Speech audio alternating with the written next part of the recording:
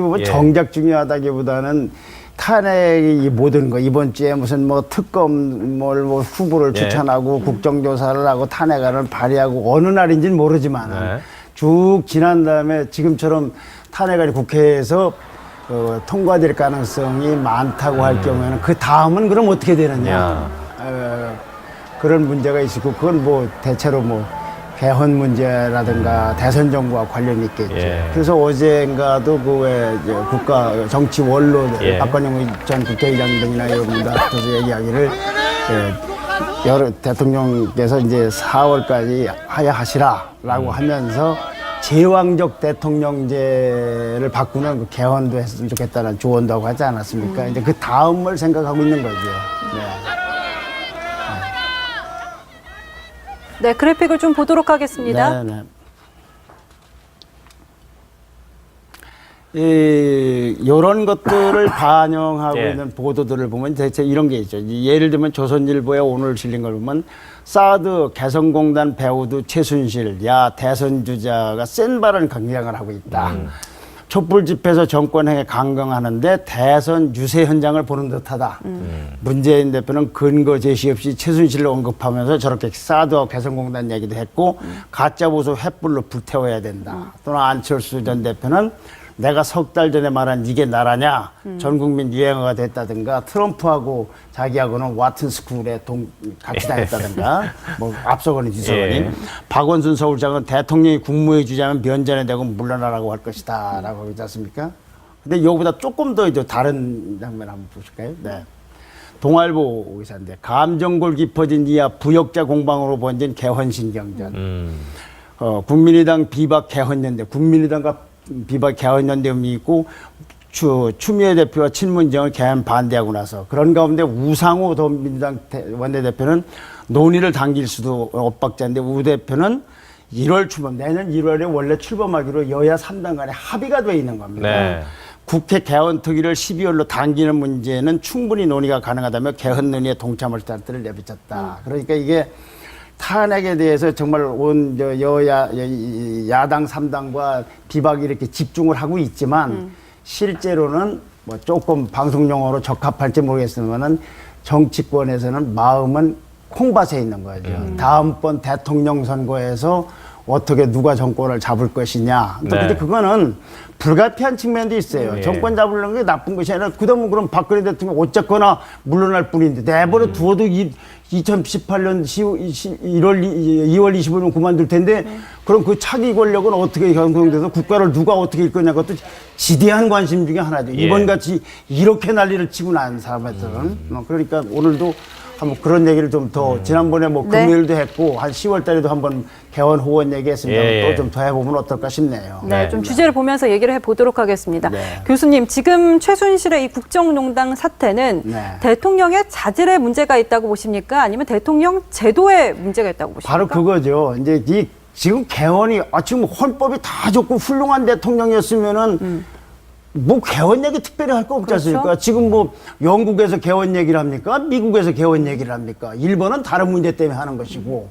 근데 우리나라는 역대 대통령들 중에서 특히 박근혜 대통령을 보면서 이건 대통령이라는 자질이 정말로 중요하다는 것도 보여줬는데 과연 그것만이 문제냐? 아니다. 이거는 누가 하든지 마찬가지일지도 모르는 현행 제왕적 5년 대통령 중심 단임제에 있다. 라고 하는 주장도 있을 수 있는 거 아닙니까?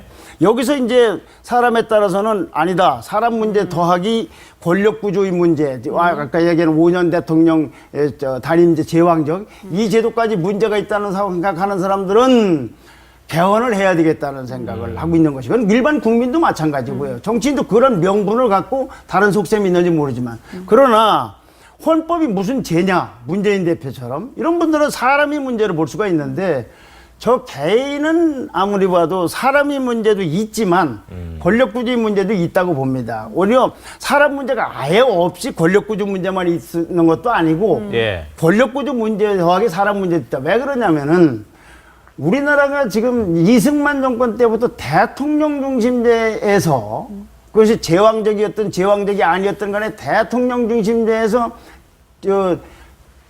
대통령 된 분치고 어쨌거나 온 국민이 박수 받으며 떠날 문이 없지 않습니까? 예. 누구나 다 그냥 임기 말에 가면 괴로운 처지가 덮이고 뭐 친인척 비리가 누적되고 뭐 멀리 하와이로 가신 분도 있고 이 박근혜 대통령 연일 지금 뭐 100만 200만이 모여서 지금 물러가라고 하고 있는 상황 아닙니까? 그러니 어찌 이게 60년 70년 동안에 사람의 문제만은 있겠느냐.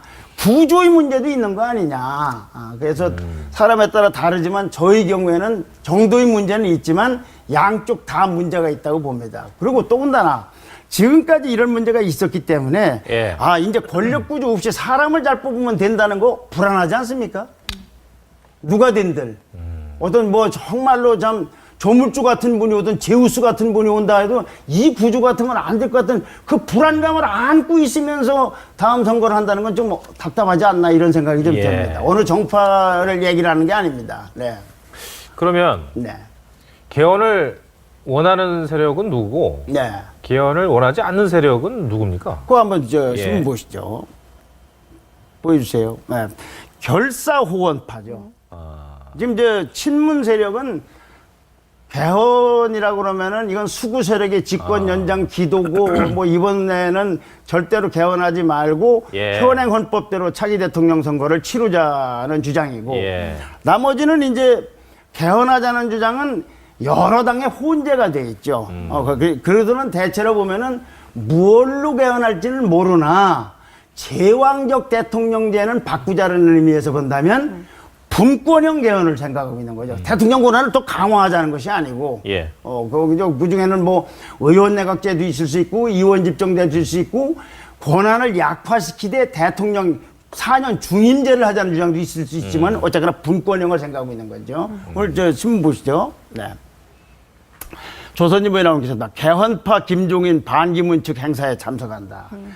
김종인 씨는 잘 아시다시피 더민주 지금 전국구 의원이고 비례대표고 예. 반기문 씨는 어쨌거나 새누리당 쪽으로 의존해서 할 것처럼 보여지는 사람인데 이 행사에 참석한다. 결국 호원대 개헌이 치열한 합종연행을 하고 있는 것이다. 정치권이 호원과 개헌파로 갈리고 있는데 새누리당의 친박과 비박 더불어민주당의 친문과 비문, 국민 등 5개 분파가 당을 떠나 합종연행을 암송무작하고 있다. 그런 가운데 비문계의 대표 인사인 김종인 민주당 의원이 반기문 유엔 사무총장 측 모임에 참석하기로 했다. 여기가 5대 분파라고 했는데 이 중에서 친문 세력이 가장 완강하게 현행 헌법대로 다음 대통령 선거를 치르자. 그래서 제가 좀 과장된 표현인지 모르겠지만 결사호원파라고 표정을 한 겁니다. 이분들이 다른 분들의 생각들은 조금씩 정도의 차이가 있지만 어쨌거나 대통령 권한을 약화시키자, 네. 분산시키자는 주장인 거죠. 예. 네. 그렇다면 개헌파와 호원파 각각의 한계와 속셈 이런 그렇죠. 건 어떻게 보십니까? 우선 개헌하려면은 지금 탄핵안 의결처럼 국회에서 3분의 2가 돼야 되는데 네. 개헌하려면 3분의 2, 즉 200명을 한꺼번에 다 모을 수 있는데도 어려움이고, 왜냐면 친문 세력이 있으니까. 그쵸. 또 친문 세력도 사실 따지고 보면 단 순전히 친문 세력만 따지면 100석 정도가 된다는 보장이 없어요. 예. 그러니까 양쪽 다 자기 의견을 강제하기는 굉장히 어려운데 속셈만은 분명하죠. 친문 세력은 문재인 대표가 아무래도 여론조사나 여러 가지 여건으로 봐서 이 상태로 해서 속전속결로 끝나면 집권할 가능성이 제일 높다고 그쵸. 보고 다른 정파들은 뭐 새누리당의 비박이든 뭐 국민의당이든 뭐 여러 정파들이나 제3지대에 있는 분들이나 이분들은 단독으로 하기는 어려우니까 우리 연대를 해서 합쳐가지고 하고 가급적 시간을 끌면서 하자는 생각을 하고 있는 것이죠. 결국은 예. 이게 집권 경쟁과 관련된 얘기가 측면이 있습니다. 이제 각기 주장하는 것이 옳고 그런 것도 있지만 네. 이 헌법대로 빨리 하면 우리가 잡는다. 네. 조금 더 늦춰서 연합을 하면은 우리도 잡을 수 있다. 이 싸움이 이제 뭐 늦어도 12월 9일 날 탄핵안 표결 이후에는 아마 이 문제로 아마 언론은 굉장히 시끄럽게 이제 기사들을 많이 쓰게 될 겁니다. 네. 기사 중에 이제 5개 분파가 합종 연행을 암중 모색하고 있다 저렇게 기사가 화됐는데. 네. 그럼 교수님, 네. 소위 말하는 이제 네. 개헌을 하고 싶어 하는 사람들이 네. 대선 전에 네. 하나의 세력이 될 수 있을까요? 그게 이제 문제죠. 예. 그게 이제 일종의 이제 하나의 이제 어찌 보면은 할 수만 있으면 예. 이들이 이렇게 된다면 연대가 되면서 세력으로 하나 등장할 거 아닙니까? 그렇게 되면 이제 여당 내에도 뭐 개헌 후원 더민주 같은 경우는 비문과 친문이 달려 있기 때문에 이제 네. 여당과 야당 또는 A당과 B당 간에 합쳐지는 것이 아니라 개헌 세력하고 후원 세력으로다가 정계가 재편될 가능성이 있는 거죠. 이렇게 된다면 여기 합의가 된다면 네. 이렇게 되면 정계는 뭐 엄청나게 달라지는 거죠. 뭐 보수 진보도 있을 수 있고 예. 또 여와 야도 있을 수 있지만 현행 헌법대로 선거를 치르자는 세력과 현행 헌법을 바꿔서 치르자는 세력 간의 이제 대결 구도가 되거나 경쟁 구도가 될 수도 있겠죠. 이 부분에서는. 네. 그러니까 비박, 비문, 국민의당이 뭉칠 수는 있습니다. 그리고 네. 또 개헌이 매개체는 될 수가 있는데 네. 과연 이들이 뭉친다고 해서 이게 개헌이 성사가 될까? 네. 이건 또 의문점이 그거는 되거든요. 의문이죠. 거기는 뭐 여러 가지 첫째는 국민 여론이죠. 뭐 촛불 집회처럼 국민들의 함성이 제일 중요한데 정치권 레벨로만 볼 때는 뭐가 결정적인 변수냐. 우선은 미국에 있어서 유엔 사무총장이기 때문에 입장을 표명하지 않고 있는 표명하기도 어려운 반기문 유엔 사무총장이 나는 개헌에 찬성한다 반대한다는 입장을 경하는 것도 예. 굉장히 중요한 변수가 될 것이고 보다 또 현실적인 선택으로는 안철수 국민의당과 안철수 전 대표의 선택이죠. 이분들은 조금 애매해요. 이런 말도 할 수 있고 저런 말도. 그러니까 아까 말씀대로 결사 후원파는 아니고 예. 그렇다고 결사 개헌도 아니에요. 그건 아마 안철수 대표의 그 지지율하고 관련이 있을 겁니다. 지지율이 더 올라가면 3파전이라도 해서 내가 할 수 있다고 생각하겠지만 예. 지지율이 지금처럼 이재명 성남시장에 추월당했을 뿐만 아니라 더 떨어진다면 국민의당으로서는 달리 선택할 수가 없는 거죠. 그렇게 되면은 분권형 개헌 쪽으로 터닝을 할 수 있는 여지가 있고 이런 뉘앙스는 박지원 원내대표는 무수히 많이 얘기를 하고 있어요. 근데 그보다 더 중요한 게 또 하나 있습니다. 대통령의 진퇴 시기입니다. 이건 대통령이 사퇴 시기를 말씀드리는 게 아닙니다. 헌재로 넘어갔을 경우에 예. 헌재가 언제까지 심의를 해서 대통령 탄핵으로 결정을 한다든지 또는 아니다로 결정한다든지 그때 진퇴 시기가 있을 거 아닙니까? 가령 이제 4월까지 결론 내면은 6월부터 대선 전국이 되기 때문에 예. 개헌할 가능성도 있고 가령 8월까지 가면은 그거하고 개헌 준비 시간이 있으니까 없을 거 아닙니까?